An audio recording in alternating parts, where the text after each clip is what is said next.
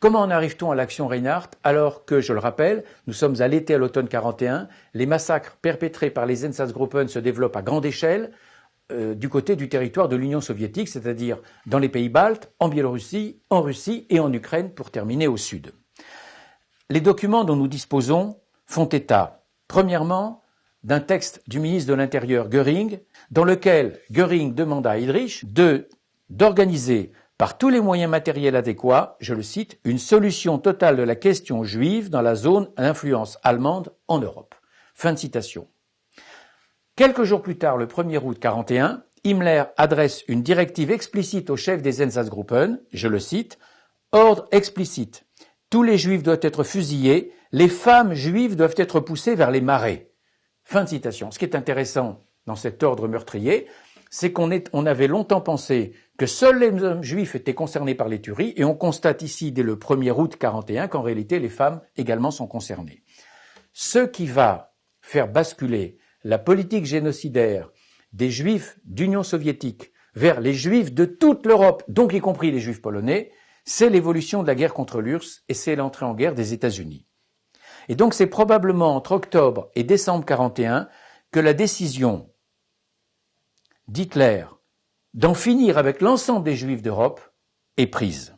Je ne dis pas que la décision du génocide est prise à ce moment-là, parce que dès le mois d'octobre 1939, avec la constitution des ghettos, on est déjà dans une politique d'essence génocidaire, et quand les Allemands décident de déporter les juifs à grande échelle, Nisko, Madagascar ou l'Union soviétique occupée par les Allemands, c'est déjà une politique génocidaire.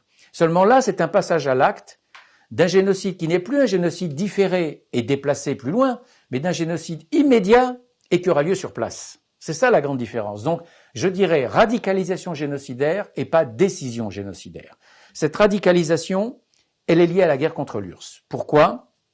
Parce qu'autant les victoires allemandes étaient faciles entre 1939 et juin 1941, même la France, l'ennemi héréditaire, avait été écrasée en 6 semaines. C'était tout de même une surprise pour l'état-major allemand qui a été extraordinairement bien reçu. Mais là, la guerre contre l'Union soviétique fait des ravages dans les rangs de la Wehrmacht. Quelques chiffres, en novembre 1941, la moitié des effectifs engagés au mois de juin sont hors de combat. Et souvent d'ailleurs beaucoup plus par le froid que par blessure par balle ou par obus. La moitié des engins blindés à la même date sont hors de combat. Donc c'est à ce moment-là peut-être, au moment où Hitler entrevoit que peut-être une défaite n'est pas impossible, que la décision est prise d'en finir avec l'ensemble des Juifs d'Europe. Il est indéniable aussi que le deuxième élément clé qui pousse à la radicalisation génocidaire, c'est l'entrée en guerre des États-Unis. Car l'entrée en guerre des États-Unis, qui fait que la guerre cette fois devient mondiale et sort du contexte européen, c'est le réveil du cauchemar de 1918, car Hitler sait parfaitement que c'est l'entrée en guerre des États-Unis en 1917 qui a assuré la victoire des Alliés et fait en sorte que l'Allemagne s'est effondrée en novembre 1918. Le résultat de cette radicalisation génocidaire sur le terrain, elle est simple.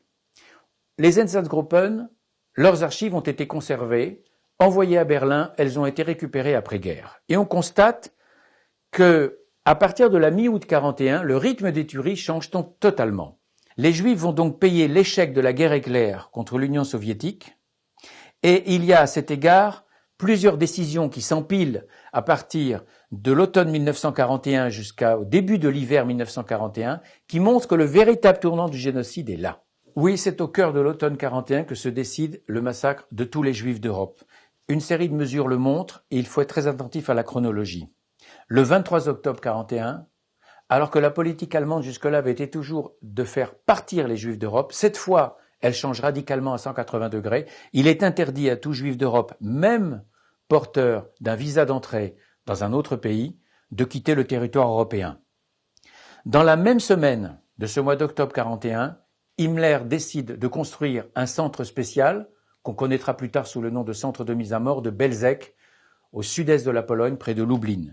Et c'est dans cette même semaine de l'automne 1941 qu'il prend la décision d'agrandir l'annexe du camp d'Auschwitz qui se nomme Birkenau, à quelques moins d'1 kilomètre du camp principal qu'on connaîtra plus tard sous le nom d'Auschwitz I.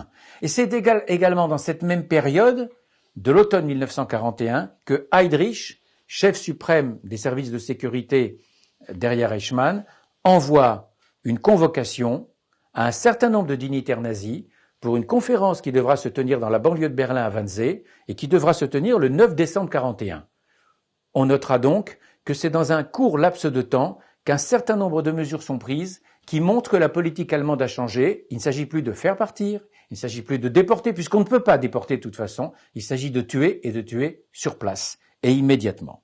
Mais de tuer également autrement, je l'ai dit, parce que les tueries de masse perpétrées par les Einsatzgruppen sont beaucoup trop visibles. C'est donc dans le même contexte également, je l'ai dit à l'été 41, qu'Himmler charge la SS de trouver un moyen de tuerie plus rapide, plus efficace et plus discret.